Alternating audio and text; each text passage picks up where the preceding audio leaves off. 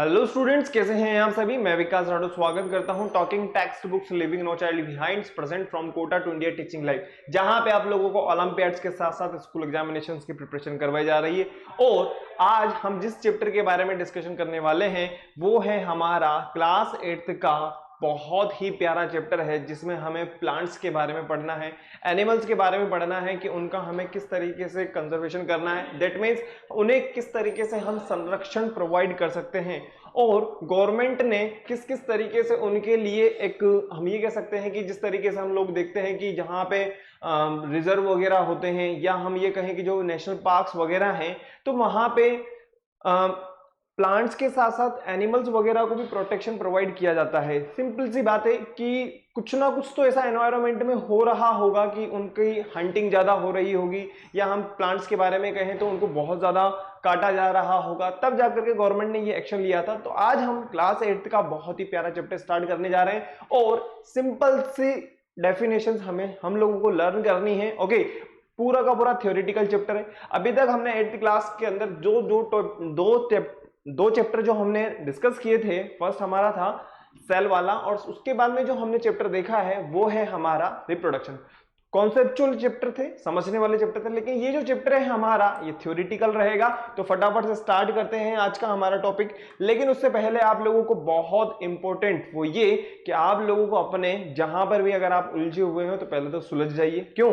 क्योंकि मेरी बात सुनो, सबसे इंपॉर्टेंट चीज ये है कि आप लोगों को अपने नोट्स प्रिपेयर करने हैं। ओके, और बहुत ही सुलझे हुए नोट्स हैं, टेंशन वाली कोई बात नहीं है। मैंने और भी ज्यादा इसमें काट छाट करके आप लोगों के लिए नोट्स प्रोवाइड करे हैं। ठीक है, तो फटाफट से स्टार्ट करते हैं conservation of plant and animal. लेकिन उससे पहले आप लोगों को क्या करना है, वीडियो को लाइक करना है, शेयर करना है और चैनल को सब्सक्राइब करना है। और सब्सक्राइब करने के बाद में आप लोगों को क्या कर देना होगा, बेल आइकन प्रेस कर देना होगा, ताकि आप लोगों को नेक्स्ट वीडियो की टाइमली नोटिफिकेशन मिलती रहेगी। फटाफट इस काम को करिए, फिर आगे बढ़ेंगे अपन लोग।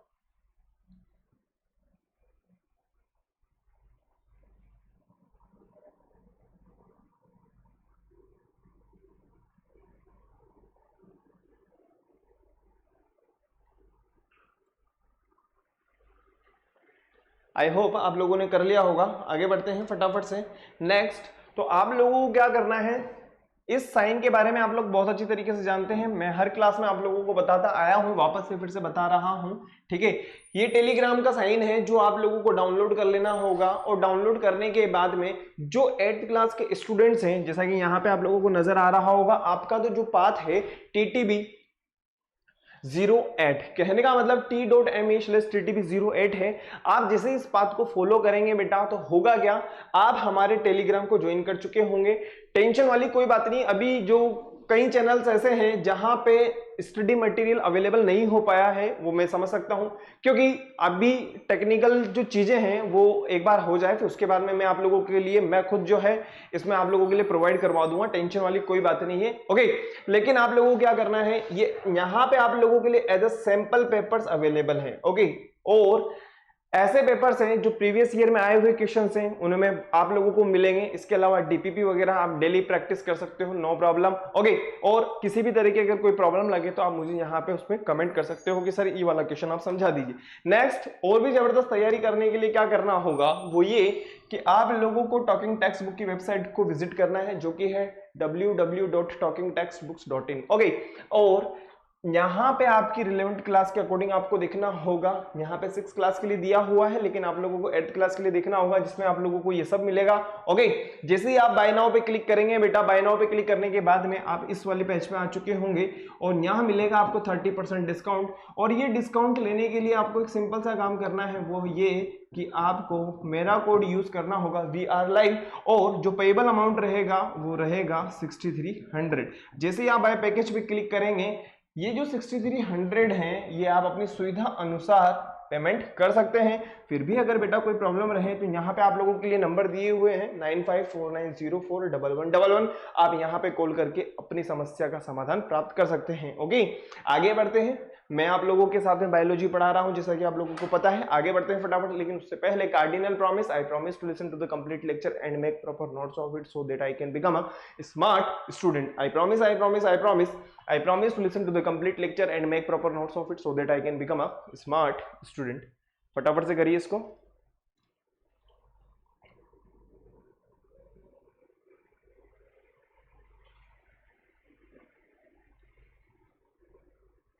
क्लियर है? I promise to listen to the complete lecture and make proper notes of it so that I can become a smart student. बहुत ही प्यारा चैप्टर है, थ्योरेटिकल चैप्टर रहेगा पूरा का पूरा, कोई टेंशन वाली बात नहीं है। हमें बस जो टर्म्स इसके अंदर यूज हुई हैं उन टर्म्स को एज इट इज लर्न करना है ताकि हमें कोई प्रॉब्लम ना आए, ठीक है।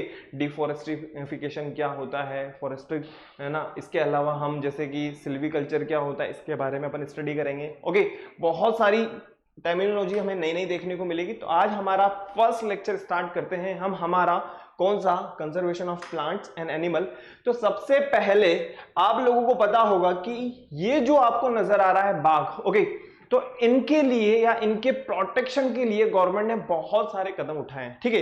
तो सबसे पहले हम इस चीज को समझते हैं कि इस चैप्टर के पीछे रीजन क्या रहा होगा, ठीक है।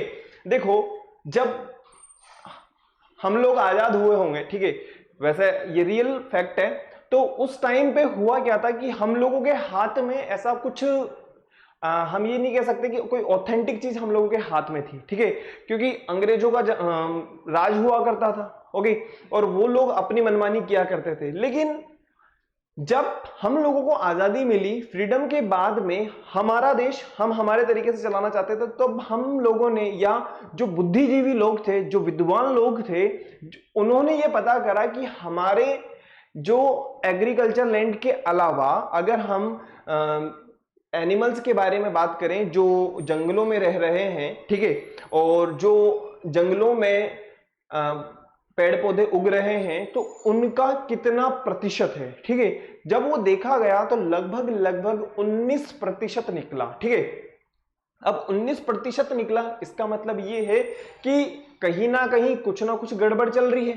दैट मीन्स हम ये कह सकते हैं कि पेड़ पौधों को अननेसेसरी काटा जा रहा है, ठीक है, ऑब्वियसली काटा जा रहा है, ठीक है ना। इसके अलावा हम ये कह सकते हैं कि जो जंगलों के अंदर जो जानवर रह रहे हैं उनको अननेसेसरी मारा जा रहा है, तभी तो इनका जो प्रतिशत है वो कम हुआ।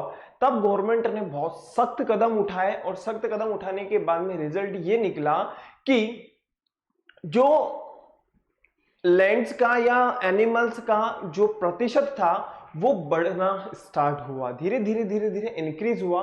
आज लगभग शायद वो 28 या 30 के अराउंड है वो लगभग, मुझे उसका एक्चुअल आइडिया नहीं है, लेकिन एक बात बता रहा हूं मैं आप लोगों को। तो इस चैप्टर के पीछे ये रीजन रहा कि भाई किस तरीके से लोगों में अवेयरनेस आना स्टार्ट हुआ, किस तरीके से गवर्नमेंट ने एक सख्त कदम उठाए। कि अगर आप लोगों ने सुना होगा एक केस, वो सलमान खान वाला, ठीक है, जो जोधपुर में एक काले कलर का हिरण मार दिया था, तो वहां के लोगों ने केस कर दिया, चाहे कुछ भी हो जाए, आप कुछ भी हो, हमें कोई मतलब नहीं है, आप भले इस देश के लिए कितनी ही बड़ी सेलिब्रिटी हो, उससे हमें कोई मतलब नहीं है। लेकिन जोधपुर के जो लोग हैं वो बहुत ही ज्यादा, हम ये कह सकते हैं कि एक तरीके से प्लांट्स वगैरह उनके लिए एक हम ये कहते हैं कि भगवान से भी बढ़कर के मानते हैं वो लोग। उन और आप लोग अभी इसके बारे में मैं आप लोगों को एक कहानी भी बताऊंगा, चिपको मूवमेंट इस तरीके से वहां पे हुआ था। तो उन लोगों ने प्लांट्स को बचाने के लिए, उन लोगों ने अपने एनिमल्स को बचाने के लिए बहुत ही आगे बढ़ चढ़ करके इसमें पार्टिसिपेट किया। और इसमें जो सलमान खान वाला जो केस है वो भी इसी का ही एक एग्जाम्पल है। तो फटाफट से स्टार्ट करते हैं। सबसे पहले यहाँ पे हमें एक वर्ड देखने को मिलता है जिसे कहा जाता है सिल्वीकल्चर। What is silviculture? तो सिल्वीकल्चर का सिंपल सा मतलब होता है जिसके अंदर हम किसकी स्टडी करते हैं। It's a branch of the science, it's a branch of science which deals with the management and development of forest tree। मतलब फॉरेस्ट ट्री के बारे में हमें स्टडी करनी होती है, ठीक है। तो मतलब हम जो स्टडी कर रहे हैं तो वहां पे उनका डेवलपमेंट कैसे हो, या फिर उसको हम किस तरीके से मैनेजमेंट करें, जो जंगलों के अंदर वनस्पति उग रही है उसको किस तरीके से हम और भी ज्यादा उसको डेवलपमेंट करें, उसका मैनेजमेंट करें, उसका रखरखाव करें। तो इसकी जो स्टडी की जाती है, इसके बारे में जो हमें ज्ञान मिलता है, जो नॉलेज मिलती है, वो किसके अंदर से मिलती है? सिल्वीकल्चर के अंदर से मिलती है। एज इट इज आप इसको एक बार उतारिए, फिर आगे बढ़ेंगे।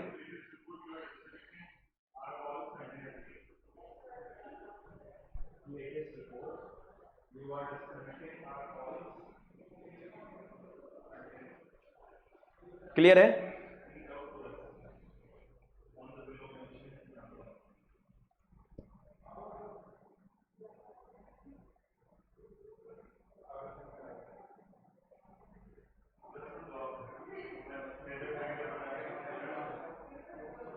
आगे बढ़ते हैं नेक्स्ट। अगर हम बात करें इंपोर्टेंस ऑफ फॉरेस्ट के बारे में, what is importance of forest, ठीक है, इंपोर्टेंस ऑफ फॉरेस्ट के बारे में हम बात करते हैं तो आप लोगों को यहां पे नजर आ रहे होंगे कुछ points. Forest are an important components of the environment to maintain ecology balance. बिल्कुल सही बात है, जो इकोलॉजी का बैलेंस है या जो पूरे वर्ल्ड का जो बैलेंस है या हमारे वातावरण का जो बैलेंस है उसमें ये जो फॉरेस्ट हैं बहुत इंपॉर्टेंट रोल प्ले करते हैं, ठीक है। नेक्स्ट हम बात करें, forest provide habitat to a large number of plants. जो प्लांट्स हैं उनको हैबिटेट प्रोवाइड करते हैं, और आप लोगों ने 7th क्लास में एक चैप्टर पढ़ा होगा हैबिटेट एंड एडेप्टेशन, ठीक है, वहां से हम लोग समझ सकते हैं कि क्या होता है हैबिटेट। ओके, नेक्स्ट हम बात करें, forest also maintain CO2 and O2 concentration. भाई प्लांट्स अगर हम ज्यादा से ज्यादा काटेंगे तो CO2 का जो कॉन्सेंट्रेशन है वो बढ़ता चला जाएगा, और उसका अननेसेसरी जो इफेक्ट है वो ह्यूमंस बीइंग पे या एनिमल्स वगैरह पे देखने को मिलेगा। ओके, नेक्स्ट हम बात करें, they are also helpful to prevention of soil erosion. कहने का मतलब मृदा क्षरण, हिंदी में कहा जाता है मृदा क्षरण। सॉइल इरोजन मतलब जो सोइल पार्टिकल्स होते हैं उनको बाइंड करने के लिए भी बहुत इंपॉर्टेंट रोल प्ले करते हैं कौन, फॉरेस्ट। नेक्स्ट हम बात करें, dead plants and dead parts of decompose and form humus which enrich in the soil. और ह्यूमस वगैरह जो होते हैं बहुत इंपॉर्टेंट रोल प्ले करते हैं। Forest are also helpful in the formation of fossil fuels. देखो फॉसिल फ्यूल्स मतलब जीवाश्म ईंधन की हम बात कर सकते हैं। कहने का मतलब हम लोगों को जो एक तरीके से खुदाई में जो चीजें मिलती हैं, देखो फॉसिल का सिंपल सा मतलब होता है जो खुदाई में हमें चीजें मिलती है। भाई कुछ चीजें हमें एज इट इज थोड़ी ना मिली है, ठीक है ना, तो उनका कहीं ना कहीं हमें पता चल ही जाता है, ठीक है ना। तो इसमें हमें ये बहुत इंपॉर्टेंट नॉलेज प्रोवाइड करते हैं। They provide us some useful product such as gum, paper, timber, medicine. तो कई सारी मेडिसिन वगैरह हैं, कई सारे जो इंपॉर्टेंट प्रोडक्ट्स हैं वो हमें प्लांट से मिलते हैं, और यहाँ पे जो फॉरेस्ट है इसमें बहुत इंपॉर्टेंट होता है। They provide us some useful products as like gum, paper, timber and medicine. 3 types of या 3 parts of silviculture. First number का regeneration, tending and regeneration, harvesting. As it is फटाफट से इसको उतार लीजिए फिर आगे बढ़ेंगे। क्लियर है?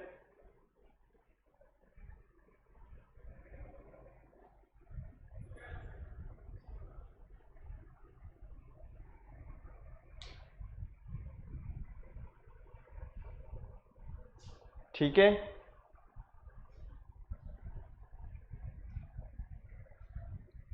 उतार लीजिए बेटा फटाफट से इसको। बस हमें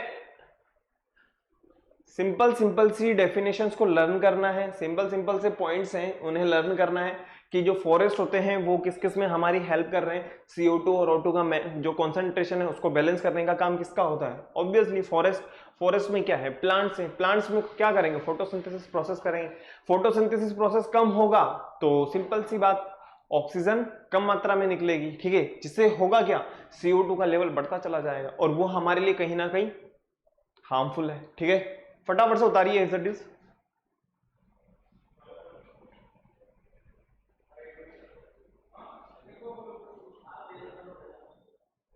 क्लियर? आगे बढ़े, चलिए नेक्स्ट फटाफट से मैं आगे बढ़ता हूं। देखिए अब हम बात करते हैं सिल्वीकल्चर। जैसा कि आप लोगों को यहां पे नजर आ रहा होगा, ये जो भी यहाँ पे जो स्ट्रक्चर आपको दिखाई दे रही है ये फॉरेस्ट से रिलेटेड है सभी की सभी। ओके, तो सिल्वीकल्चर जैसे ही वर्ड आएगा तो हमें ध्यान रखना है कि हम किसकी बात कर रहे हैं? फॉरेस्ट की बात कर रहे हैं। क्लियर? फॉरेस्ट की बात कर रहे हैं। आगे बढ़ते हैं फटाफट से। नेक्स्ट, डिफॉरेस्टेशन क्या होता है? सबसे पहले हमें डेफिनेशन को लर्न करने से पहले इस वर्ड का मीनिंग लर्न होना चाहिए, ठीक है। देखो डिफॉरेस्टेशन का सिंपल सा मतलब ये है कि फॉरेस्ट के अंदर से या जहां पे प्लांट्स ज्यादा हैं वहां पे हम क्या कर रहे हैं? उनको काट रहे हैं, ठीक है। जब हम उसको काटेंगे तो कहीं ना कुछ अनबैलेंस तो होना ही होना है, ठीक है। फटाफट से डेफिनेशन के बारे में बात करते हैं। Deforestation is the clearing and removal of tree in large number often resulting in damage to the quality of the land. अब मेरी बात सुनो आप, हम एक बात कहें, अगर हम ज्यादा से ज्यादा पेड़ पौधे काट रहे हैं, ठीक है, आप खुद सोचो कि होगा क्या। ठीक है, हम इस स्टेज पे हैं, 8th क्लास के स्टूडेंट्स इजीली इस चीज के बारे में सोच सकते हैं, समझ सकते हैं कि ज्यादा से ज्यादा डिफोरेस्टेशन होगा तो उसका जो अननेसेसरी इफेक्ट है वो कहीं ना कहीं हमारे ऊपर ही होने वाला है। सिंपल सी बात है ना। अब फर्टिलिटी भी कम हो रही है, किसकी? लैंड्स वगैरह की। भाई जितने ज्यादा पेड़ पौधे रहेंगे तो फर्टिलिटी भी बढ़ेगी। तो वही तो चीज यहां पे लिखी है, deforestation is the clearing and removal of tree in large number often resulting in damage to the quality of land. कहने का मतलब हम जो लैंड की जो फर्टिलिटी है उसको भी हम एक तरीके से क्या कर रहे हैं, कम कर रहे हैं। और होता क्या है, बंजर हो जाती है। बंजर होने के बाद में पूरी जगह सूखा ही सूखा देखने को मिलता है। ओके, और फिर बाद में हम लोग खुद कहते हैं कि क्या महंगाई बढ़ रही। अरे भाई हम लोग ही कहीं ना कहीं उसके लिए रेस्पॉन्सिबल हैं। ठीक है, क्यों हम इतने सारे पेड़ पौधे काट रहे हैं। ठीक है, आप काटो, लेकिन काटने के अलावा लगाओ भी तो सही ना, है ना। नेक्स्ट हम बात करते हैं the primary reason of deforestation are. अगर प्राइमरी रीजंस की अपन बात करें कौन कौन से हैं, cutting tree to use wood for building homes and other construction needs. बिल्कुल सही बात है ना। Cutting tree to burn wood for cooking, food वगैरह जो हम बना रहे हैं उसमें भी हम क्या है, लकड़ियां वगैरह यूज करते हैं। Clearing the lands, plant crops, सही बात है। Clearing the lands to build roads and new building, जो नए रोड वगैरह बन रहे हैं। आप लोगों को भी पता है कि आज के टाइम पे हम देखें तो जो रोड वगैरह हैं बहुत अच्छे हो चुके हैं। तो उसके पीछे भी क्या रीजन है, पेड़ पौधे काट रहे हैं। ठीक है, लेकिन हम काट तो रहे हैं, क्या गवर्नमेंट वापस उनकी जगह पर लगा रही है क्या? नहीं। काटना जरूर, काटना जानते हैं लेकिन लगाना हम जानते नहीं है। ठीक है, clearing the lands of mining explosion. फटाफट से एज इट इज ये पॉइंट सारे के सारे उतार लीजिए आप, क्या होता है डिफोरेस्टेशन। ठीक है, फटाफट। क्लियर है? छोटी छोटी सी डेफिनेशन से लर्न करनी है हम लोगों को।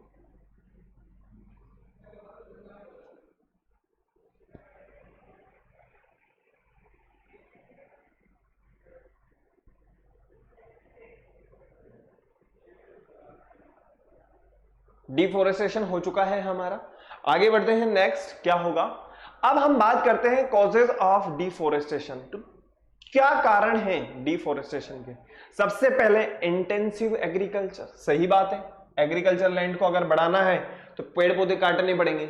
लेकिन एग्रीकल्चर में भी तो हम लोग जो हैं मैन्योर की जगह फर्टिलाइजर यूज करने लगे, और फर्टिलाइजर हम यूज करने लगे हैं तो जो वो लैंड्स की जो फर्टिलिटी है वो भी तो कम हो रही है। ठीक है, कंस्ट्रक्शंस ऑफ डैम, जो डैम का कंस्ट्रक्शंस हो रहा है तो वहां पे भी डिफोरेस्टेशन हो रहा है। ठीक है, over grazing of animal and farmlands, जो ग्रेजिंग जितना होना चाहिए उसकी जगह डबल हो रहा है या ट्रिपल हो रहा है। ठीक है, नेक्स्ट हम बात करें अर्बनाइजेशन। सिंपल सी बात है, इसको समझाने की जरूरत है ही नहीं। कॉमर्शियल लॉगिंग की हम बात कर सकते हैं। ठीक है, it means harvest of timber from forest with the intent to sell the product, और प्रोडक्ट को सेल करने के लिए हम क्या कर रहे हैं, पेड़ पौधे भी काट रहे हैं। तो कहीं ना कहीं पेड़ पौधों को हम काट रहे हैं, चाहे वो डैम बनाने के लिए काटें, चाहे बिल्डिंग बनाने के लिए काटें, चाहे फर्नीचर बनाने के लिए काटें, चाहे हम रोड वगैरह बनाने के लिए काटें। तो सिंपल सी बात है, डिफोरेस्टेशन तो हो ही रहा है ना। और वो जो डिफोरेस्टेशन हो रहा है तो उसका अननेसेसरी जो इफेक्ट है हमारे ऊपर ही देखने को मिल रहा है। एज इट इज इनको फटाफट से इन पॉइंट्स को उतार लीजिए। ठीक है,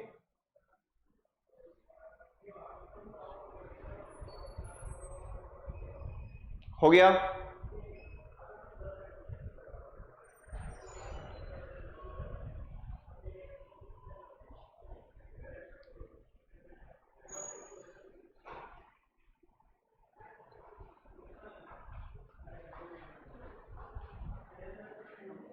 चले आगे,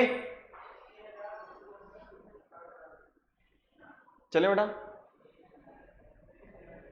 उतार लीजिए, पहले उतार लीजिए फटाफट से।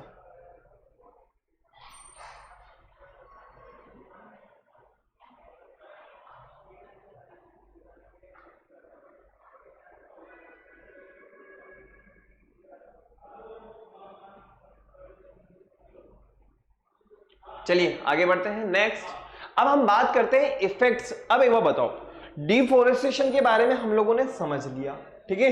डिफोरेस्टेशन के कारण भी हम लोगों ने देख लिया कि भाई डिफोरेस्टेशन के कारण क्या है, ठीक है, और उनके कॉजेज भी हम लोगों ने देख लिए।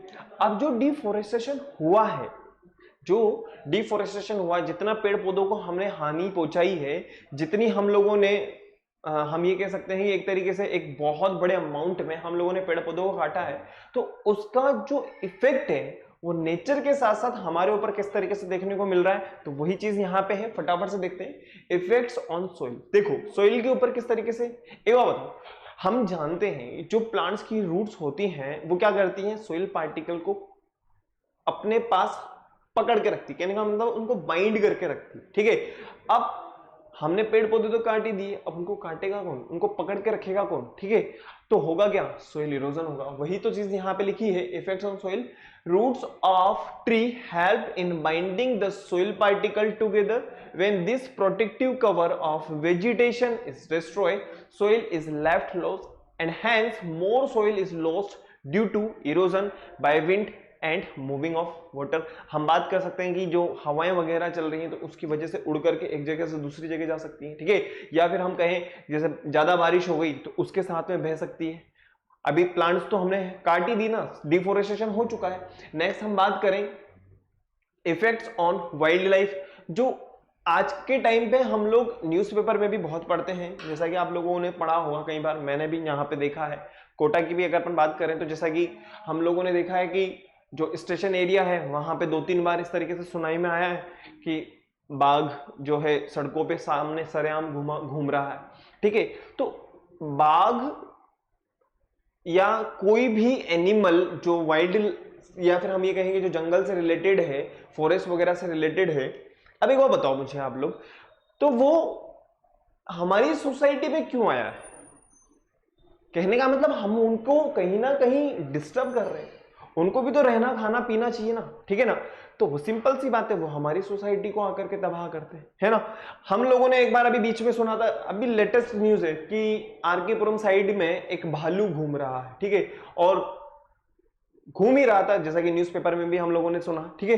तो सिंपल सी बात है, उसका इफेक्ट कहीं ना कहीं वाइल्ड लाइफ पे देखने को मिलेगा ही मिलेगा। वही चीज यहां पे लिखी हुई है, forest which are natural habitat of many species of plants, animal and birds.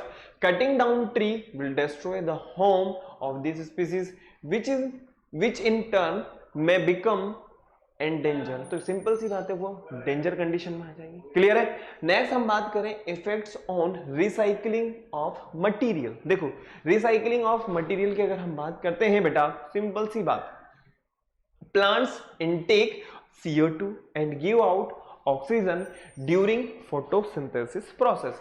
तो सिंपल सी बात है, एक बार बताओ, CO2 और O2, ऑक्सीजन और कार्बन डाइऑक्साइड का जो बैलेंसिंग का काम है, इन दोनों की कॉन्सेंट्रेशन को जो बैलेंस करके चल रहे हैं वो प्लांट से, क्या कोई दूसरा सोर्स है हमारे पास, ह्यूमंस के पास में, जो इस बैलेंस को कोई और इफेक्ट कर सके?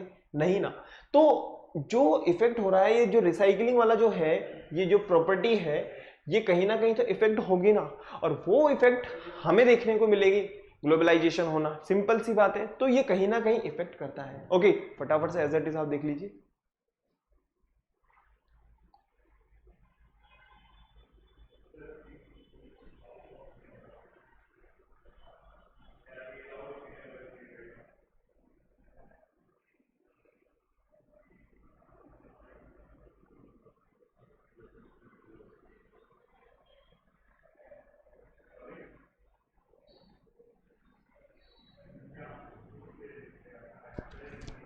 क्लियर, लिख लिया। Plants intake CO2 and give O2 during photosynthesis. This is necessary for human beings to survive. And in case of concentration of CO2 in the atmosphere, तो हम लोग जानते हैं green house effects and global warming के बारे में, ठीक है। ये आजकल एक चरम सीमा पर है आज के टाइम पे हम देखें तो, ठीक है। फटाफट से एज इट इज उतार लीजिए।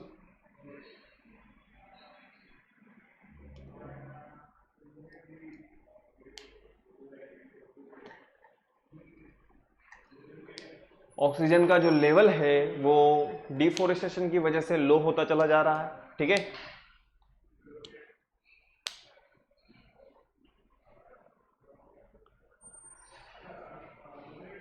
क्लियर है? चलें आगे, लिख लिया आप लोगों ने? चलिए आगे बढ़ते हैं नेक्स्ट।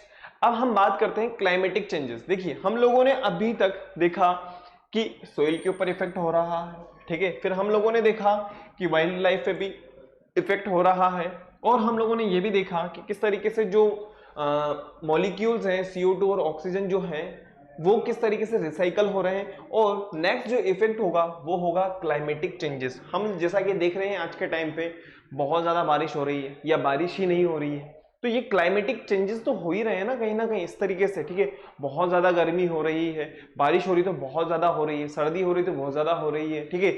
या हम कहें कि जो हमने एग्रीकल्चर लैंड्स में जो एग्रीकल्चर फार्मर्स वगैरह हैं या फार्मर की अपन बात करें, जो भी उन्होंने फसल वगैरह लगाई हुई है उसका नुकसान हो रहा है, तो कहीं ना कहीं क्लाइमेट भी तो रेस्पॉन्सिबल है ना। और इसके पीछे भी डिफोरेस्टेशन ही कहीं ना कहीं रोल प्ले करता है। वही चीज यहां पे लिखी हुई है, increase the concentration of carbon dioxide gas in the atmosphere may lead to an increase in temperature of the earth. As carbon dioxide is greenhouse gas, it allows the sun infrared radiation to enter the earth but stop them from going out of the atmosphere. It results in the increase in temperature which makes the atmosphere dryer. मतलब बहुत ही, देखो आप किस तरीके से हमें सूखा देखने को मिलता है, और बाद में जाकर के ये कारण बनता है किसका? ड्रॉट्स का। कहने का मतलब हम कह सकते हैं कि एक तरीके से सूखा होना, ठीक है, लैंड्स वगैरह का सूखा होना, कहीं ना कहीं डिफोरेस्टेशन भी वहां पे अपना कहीं ना कहीं असर दिखा रहा है। क्लियर?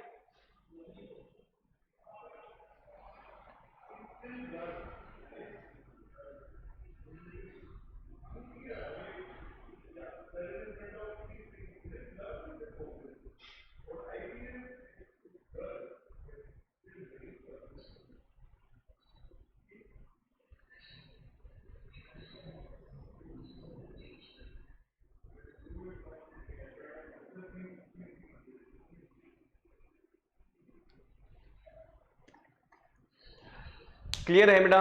लिख लिया आप लोगों ने? चलें आगे। चलिए नेक्स्ट, क्लाइमेटिक चेंजेस के बाद में अपन बात करते हैं डेजर्टिफिकेशन, ठीक है। पहले अगर हम इमेज को देखें तो इमेज को देखने से हमें साफ क्लियर हो रहा है कि किस तरीके से सूखा बढ़ता चला जा रहा है, ठीक है ना। तो सूखा बढ़ता चला जा रहा है तो सिंपल सी बात है, इसके पीछे भी क्या रीजन है? डिफोरेस्टेशन है, ठीक है। फटाफट से देखते हैं desertification.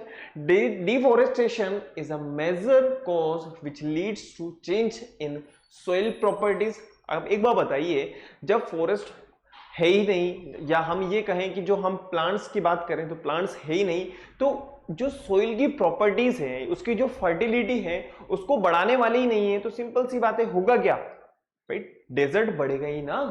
Physical properties of the soil get affected by plantation and vegetation due to soil erosion to the top fertile layer on the soil of the soil is removed.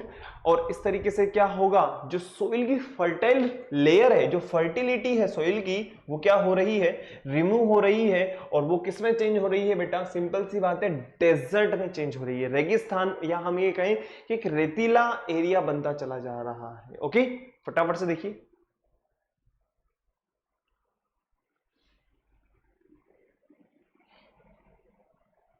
Clear है?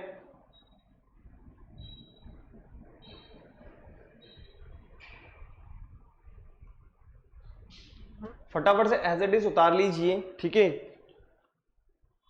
बस हमें इन वर्ड्स का meaning समझ में आना चाहिए, बाकी हम इजीली लिख सकते हैं, ठीक है।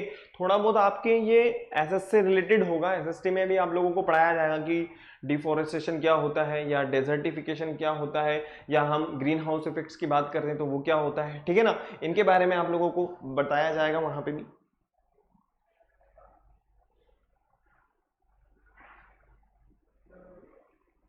क्लियर है?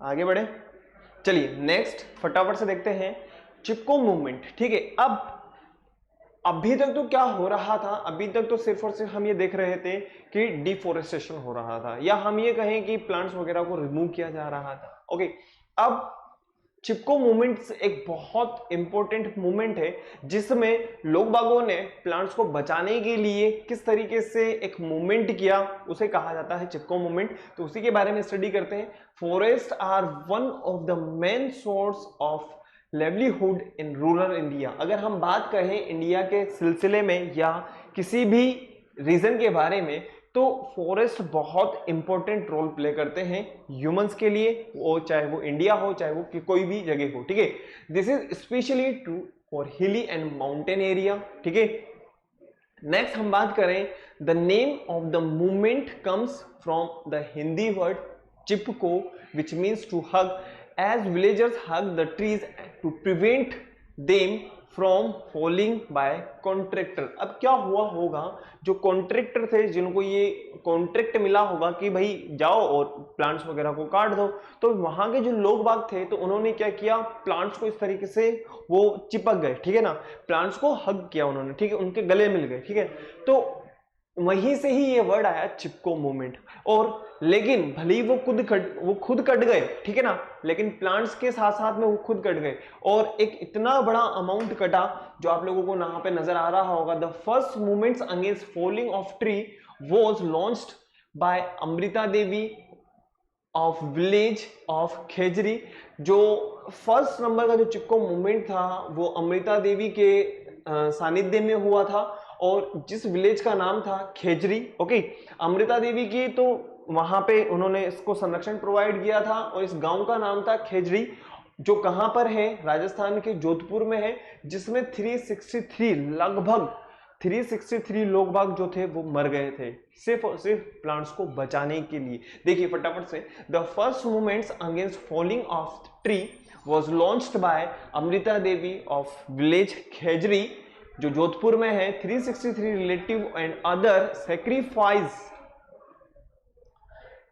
There lives still collapsing the trees. मतलब हम ये कह सकते हैं कि ट्री को बचाने के लिए उन्होंने अपने आप को बलिदान कर दिया।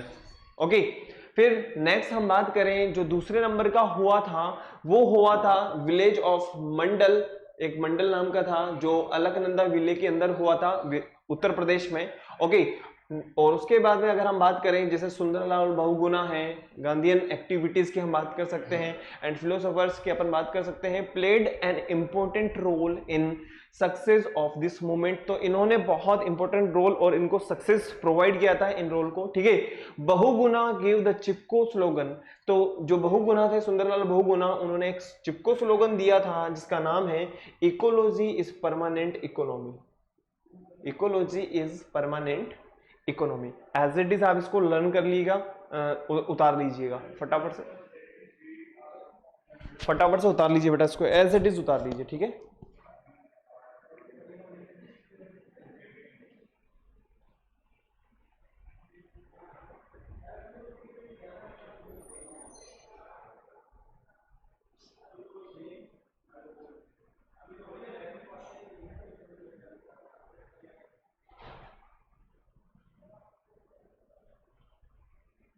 क्लियर है? चलें आगे। चिपको मूवमेंट के बारे में हमें क्लियर हो गया होगा, है ना बेटा? चलें आगे। चलिए नेक्स्ट हम बात करते हैं बायोडाइवर्सिटी। क्या होता है बायोडाइवर्सिटी?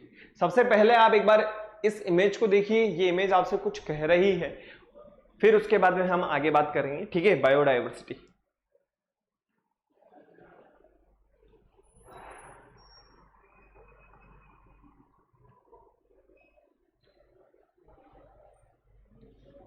देखो, बायोडाइवर्सिटी सिंपल सी बात है कि लाइफ एंड डाइवर्सिटी, मतलब हम ये कह सकते हैं, बायो का मतलब हम जिसमें लिविंग ऑर्गेनिजम्स के बारे में बात करते हैं, और डाइवर्सिटी का मतलब सिंपल सी बात है वेरिएशंस। ठीक है, the presence of different kinds of living organisms, चाहे वो माइक्रो ऑर्गेनिजम्स हो, चाहे वो प्लांट्स हो, चाहे वो एनिमल हो, their ecological habit and the habitat in which they occur is known as biodiversity. कहने का मतलब चाहे वो माइक्रो ऑर्गेनिजम्स हो, चाहे वो मैक्रो ऑर्गेनिज्म हो, चाहे वो प्लांट्स हो, जो एक जगह पे एक साथ रह रहे हैं उसे कहा जाएगा बायोडाइवर्सिटी.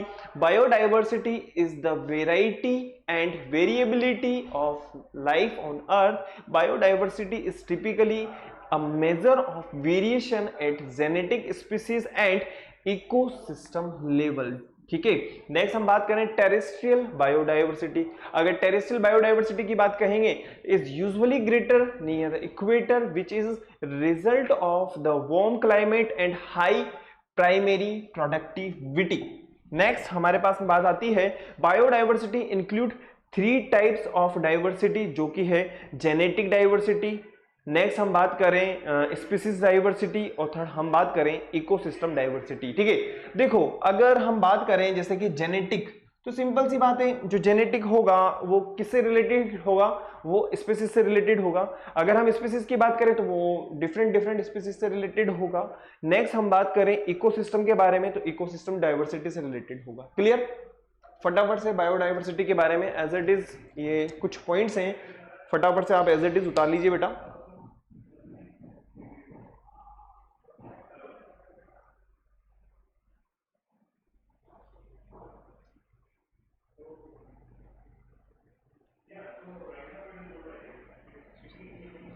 तो आज हम बस इतना ही रखते हैं. ओके.